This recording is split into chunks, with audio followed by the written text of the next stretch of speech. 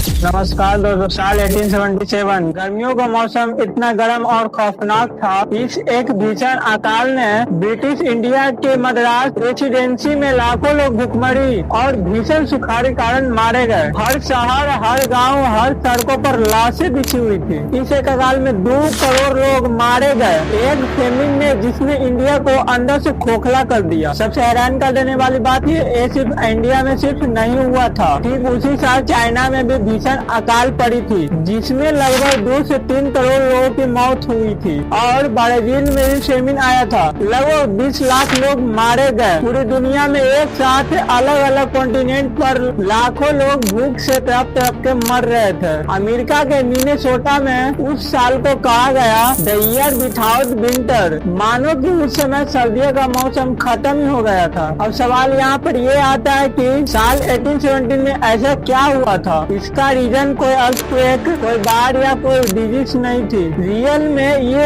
एक natural phenomena था जो हजारों किलोमीटर दूर पैरों की कोस्ट पर समुद्र के एक छोटे से हिस्से में शुरू हुआ था। इसे 17वीं शताब्दी में कैरेबियन फिशरमैन ने इसे प्यार से नाम दिया था एल नीनो, एक छोटा सा बच्चा। लेकिन उस साल ये नेचुरल फेनोमेना इतना एक्सट्रीम बना कि करोड़ों लोगों का मौत का जिम्मेदार बन गया। जो उस साल हुआ उसे पर एल नीनो का नाम दिया गया। आज लगभग 140 साल बाद वो वापस आ रहा है। कुछ एक्सपर्ट लोग इसे मेगा एल नीनो भी बोल रहे हैं और कहा जा रहा है 2026 की गर्मियां इतिहास की सबसे खतरनाक गर्मियां होने वाली है। कुछ स्टेट में इसका असर दिखने भी लगा है। तो आइए चले आगे आज के वीडियो में। इंडिया मेट्रोलॉजिकल डिपार्टमेंट ने हीट वेव वार्निंग अभी से देना शुरू कर दिया। अभी तो अप्रैल ही खत्म हुई है। इस पूरे मुद्दे को हमें पूरा समझने के लिए हमें जानना होगा कि एल नीनो होता क्या। सिंपल शब्दों में कहा जाए तो पैसिफिक ओशियन के ईस्टर्न और सेंट्रल पार्ट, जहां आमतौर पर ठंडा पानी होना चाहिए, वहां अचानक गर्म पानी हो गया। और जब ट्रिलियन ऑफ लीटर पानी एक साथ गर्म हो जाए तो इतना हीट रिलीज होता है कि पूरे प्लेनेट की विंटर रेनिंग और वेदर पैटर्न बदल जाता है।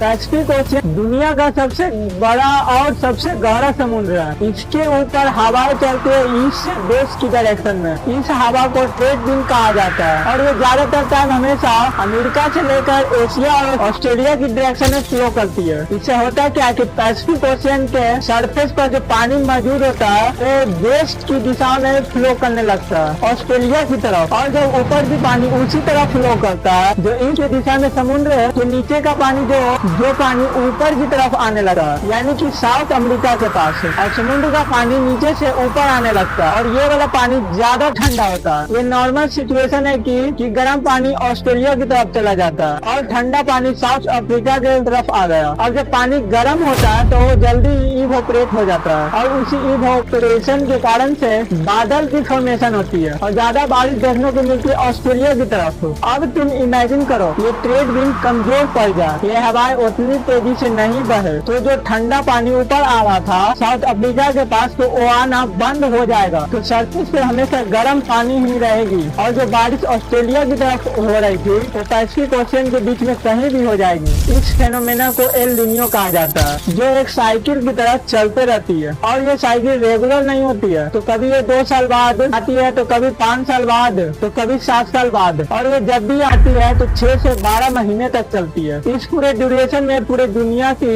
वेदर पैटर्न बदल जाता है। तो एक साधारण एल नीनो वैसे ही इंडिया के लिए बुरी खबर है, लेकिन इस साल स्पेशली इंडिया के लिए बहुत बुरी खबर होने वाली है। 140 साल बाद का सबसे बड़ा एल नीनो आने वाला है। मई से जुलाई 2026 के बीच में एक एल नीनो फॉर्म होने का 61% चांस है। और ये जो समय है वो सबसे खतरनाक समय है, क्योंकि एल नीनो अपने पीक पर पहुंचेगा जब इंडिया की मानसून सीजन अपने पीक पर होगी। ठीक उसी वक्त जब हमें बारिश की सबसे ज्यादा जरूरत होगी। हमारी फसलें मानसून पर डिपेंडेंट होती है, उसी वक्त एल नीनो सब बर्बाद कर सकता है। दूसरी दिक्कत यह है कि एल नीनो की इंटेंसिटी एल नो के अनुसार यह एक बहुत स्ट्रॉन्ग एल नीनो बन सकता है, जिसमें पैसिफिक ओशन की टेम्परेचर 2 डिग्री सेल्सियस तक बढ़ सकती है, यानी कि एक सुपर एलिनो। पिछला बार एक सुपर एलिनो 2015 में आया था। इंडिया के इतिहास में वो one of the deadly heat wave थी। पूरे देश भर में 2500 से ज्यादा लोग मर गए थे। लेकिन इस साल का एलिनो 2015 वाला से भी ज्यादा बड़ा हो सकता है। न्यूयॉर्क स्टेट यूनिवर्सिटी के प्रोफेसर रोल राउंडी के मुताबिक वो पिछले 140 साल में सबसे बड़ा एलिनो हो सका। तीसरी बड़ी दिक्कत है क्लाइमेट चेंज की वजह से धरती की एवरेज बेसलाइन टेम्परेचर पहले से ही बढ़ चुकी है। 2026 में ये लगभग 1.4 डिग्री सेल्सियस ऑलरेडी हो चुकी है। क्लाइमेट चेंज के होने से पहले जब एलिनो आता था तो टेम्परेचर 1.5 डिग्री बढ़ जाते थे, लेकिन आज ये बेसलाइन ऑलरेडी 1.4 डिग्री सेल्सियस है। अब एलिनो आकर इसमें 1.5 ऐड करेगा तो फिर ये 2.9 डिग्री हो जाएगी। इतनी बड़ी टेम्परेचर इंसानी इतिहास में कभी नहीं देखा गया है। आप इमेजिन करो, एक रूम में बैठे जहाँ का टेम्परेचर पहले से ही 45 डिग्री है और कोई आकर एक हीटर ऑन कर देता है। बस यही है आज का क्लाइमेट चेंज और सुपर एलिनो का मिक्सचर। इंडिया में 38 करोड़ लोग बढ़कर हीट एक्सपोर्ट सेक्टर में काम करते हैं, जैसे रिक्शा चलाते हैं, कंस्ट्रक्शन साइट पर लेबर का काम करते हैं, सड़कों पर सामान बेचते हैं, डिलीवरी करते हैं और लोहा फैक्ट्री में काम करते हैं। यही लोग जो बढ़ती गर्मी का पूरा बोझ उठाते हैं। एक डिटेल एनालिसिस ने नेट में इंडिया में हर साल लगभग 1.5 लाख लोग हीट वेव से मरते हैं और हालत इतनी खराब है कि दुनिया भर में हीट वेव से मरने वाले हर 5 में से एक इंसान इंडियन होता है। सबसे शॉकिंग बात यह है कि 2026 में जो पैदा हो रहा है उसके लिए एक नॉर्मल समर के कॉन्सेप्ट ही अलग होगा। वो कभी नहीं जान पाएंगे कि जो हमने गर्मी अपने बचपन में देखी 30 से 35 डिग्री वाले, उनके लिए गर्मी का मतलब होगा हमेशा 45 डिग्री सेल्सियस होगी हमेशा से। इसीलिए एक्शन लीजिए, ये छोटी छोटी कदम उठाइए, अपना ख्याल रखिए और अपने आसपास वालों को भी ख्याल रखिए। बहुत बहुत धन्यवाद।